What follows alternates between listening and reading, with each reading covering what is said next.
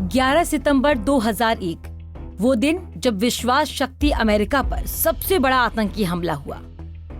इसी दिन से हमले के मास्टरमाइंड उसामा बिन लादेन की मौत की उल्टी गिनती भी शुरू हो गई और आखिरकार 2011 में अमेरिकी सेना ने पाकिस्तान के एबटाबाद में मौजूद खूंखार आतंकी को उसके खुफिया घर में घुसकर मार गिराया। इस अभियान के करीब 11 साल बाद उसामा की मौत से जुड़ा एक बड़ा खुलासा हुआ है।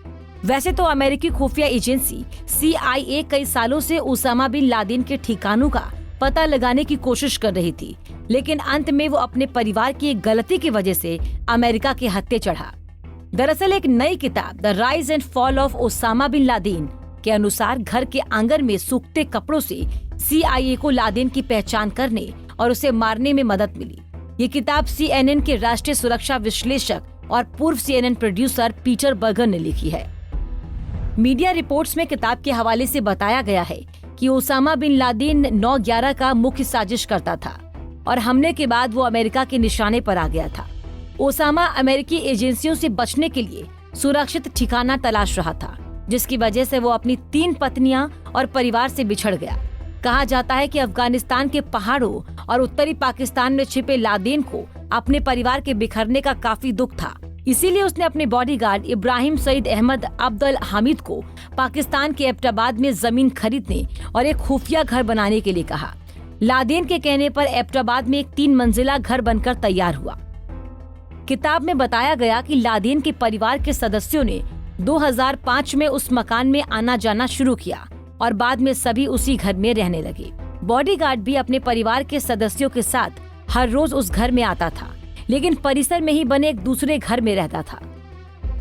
2010 में एक दिन पेशावर में CIA के एक मुखबिर ने कथित तौर पर बॉडीगार्ड इब्राहिम को बाजार की भीड़ में देखा।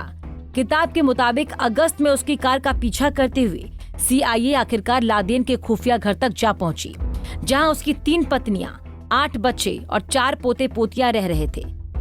इस मकान में ऐसी कई चीजें थी जिसे देखकर CIA का शक बढ़ता गया, खासकर किसी फोन लाइन और इंटरनेट का ना होना और घर में कम खिड़कियां होना। लादेन के घर में रहने वालों पर नजर रखने के लिए CIA ने उस मकान के आसपास अपना बेस बनाया। इस बीच उस घर के आंगन में सुखाए जाने वाले कपड़ों ने अमेरिकी खुफिया एजेंसी का शक और ज्यादा पुख्ता कर दिया।